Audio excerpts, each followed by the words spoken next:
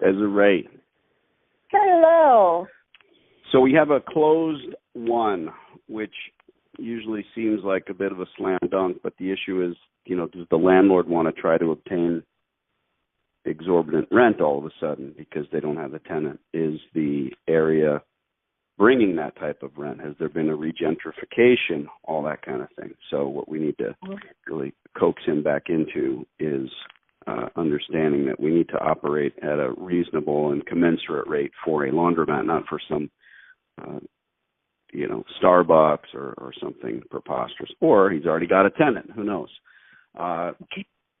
You obtained his number from Brian at the barber shop, and his name is Mike.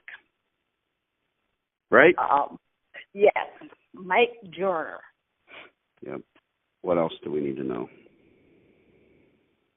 Well, I pretty much said much of it in the email that he said there's a couple, they're still running the laundromat, but they have some health issues, some about cancer. They both have cancer, and they just, I guess they just come in periodically and check to see if the property's okay, but nobody's actually running it.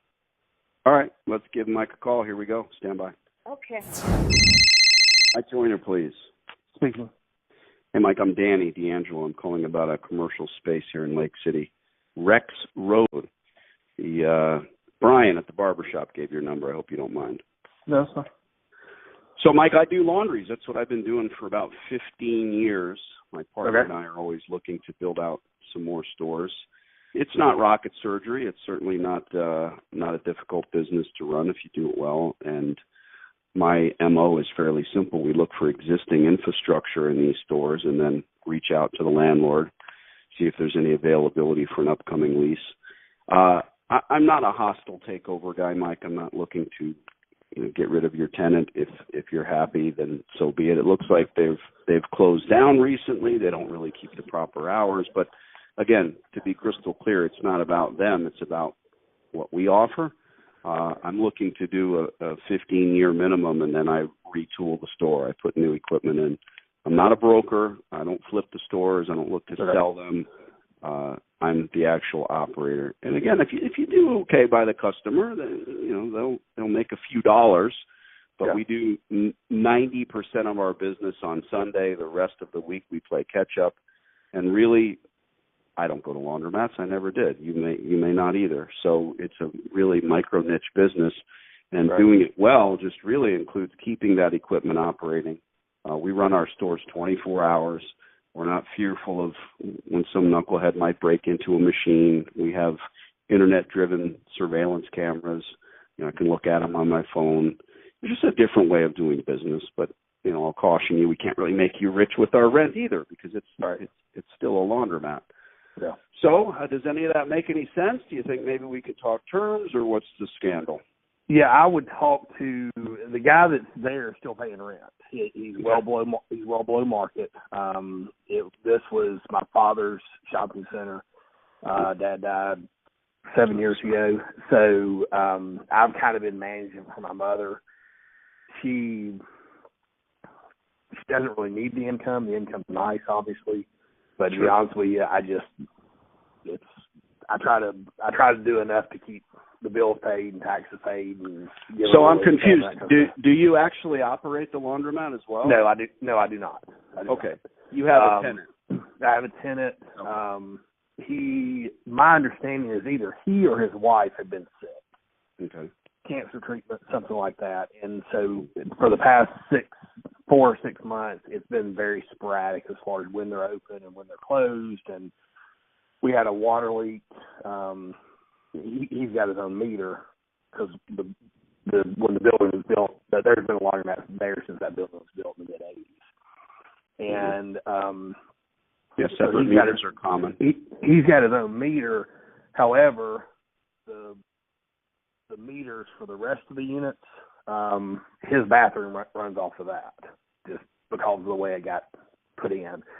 And all of a sudden, the building had a higher water bill. So the plumber went over there. The only thing he could find is it sounded like water was running in the laundromat. Long story short, we couldn't get in touch with the tenant. We didn't have a good contact number. The address that we had on file was not valid and everything. So we couldn't even track the guy down. He just sends my mom a check every month, and right. He continued to do that. So anyway, long story short, we ended up getting a locksmith over there and getting into the unit. I mean, I bet we hadn't had keys in 15, 20 years. So we get into the unit. Turns out the flat was leaking, and it all went well. But at some point, they had opened during that period of time. So I'm not real sure what the status is. But I asked Mom recently. I said, "Are you still getting a check from them?" She said, "Yeah." Yeah. I said, "So we go through the eviction process at some point, but that's." Well, look, Mike, I hear you. You're collecting a rent check, and I don't expect you to change a damn thing. What I know is the guy's got a lot on his mind, and I'm not asking you to do anything. If I were you, I'd be concerned if I were you, because this place isn't going to last. You know that. No, it's not. It's not. Yeah. And I'm not Walmart, but I operate my laundromats as though I were. I think that small businesses should operate on big business principles. So, again, I'm not looking to make you rich. The rent has to be commensurate with a laundromat. I only have two questions, and they're simple. What is the square footage in a laundromat? Do you know?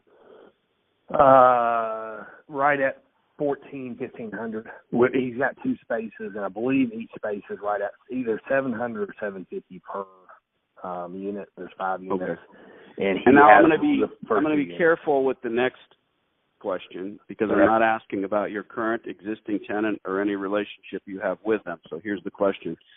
If I were to rent that space from you on a 15-year rate, what would you be looking to collect for both, for the 1,500 square feet? I mean, I would like to get, I think market rate should be around $1,200 a month. Okay. And I can, now we're into what I call an argument, what most people call a negotiation. Yep. It is still a laundromat, and I get you. Market rate is phenomenal. I wish you could get that. And if you vanilla the space and get rid of the laundromat, you might get market. But it's, for us. What's your number on that? Well, I honestly don't want to start negotiating because I don't think we're there yet. But let me tell you the two differences. My market exists in a micro niche. The people that come to that laundromat, it's a destination location. Let's put it that way. Right. There might be a restaurant next door, and you and I could eat there. I'm all about it. But I'd never step foot in that laundromat. It's just not a niche that I'm interested in. So that removes us from the fair market value. And secondly, I ask for 15-year terms because every 7 I retool. Right. And so I've got debt service. Unlike a dollar store who sells product, unlike a nail salon who sells a service, what I'm doing is reselling gas, water, and electric on an ongoing basis and retooling that store. So my debt service is $4 or $5 grand a month. Okay. That's the difference. But I'll make you happy. Let me do this. I'll email you and keep that email. Write it down. This is my cell phone number. Okay. And when something changes, come hell or high water, reach out and we'll talk. And I'll keep a physical eye on the store. We're in the area. Well, my thought process on it is, I think if you reached out to him, I mean, are you interested in buying any of his stuff, or you're just wanting empty stuff? Nope. The equipment's junk. I'm after infrastructure, which you technically own. Right. And frankly, if I reach out to the current operator, that's creating the wings of a butterfly, where he thinks, "Oh, damn, I got value here. Let me go." Yeah. I'm not buying. Yeah, I know what you're saying. Yeah. I made those mistakes, Mike, a long time ago. I bought a laundromat. Yeah. I've also had my partners built a laundromat, and the only way to do this is what I'm doing now. Danny calls Mike. You say, "Hey, maybe it's not today or tomorrow, but in 6 days or 6 months, we sign a lease." That's happy. Yeah. Okay. What's the email address? I'll touch base with Mom just to see where things stand with him, if she's gotten any other correspondence, if he's still paying his rent. Okay. He may have not paid rent for 2 months. She just didn't mention it to me. Yeah. Well, hey, let me know. I'm here. And again, I'm not put that bug in her ear and see what happens. So. I do appreciate you, Mike. Let me know. We'll probably end up working together. All right. Sounds good, man. Thanks, buddy. Cheers. Okay, bye. So there you have a guy that's looking for less than $1 a square foot. Okay.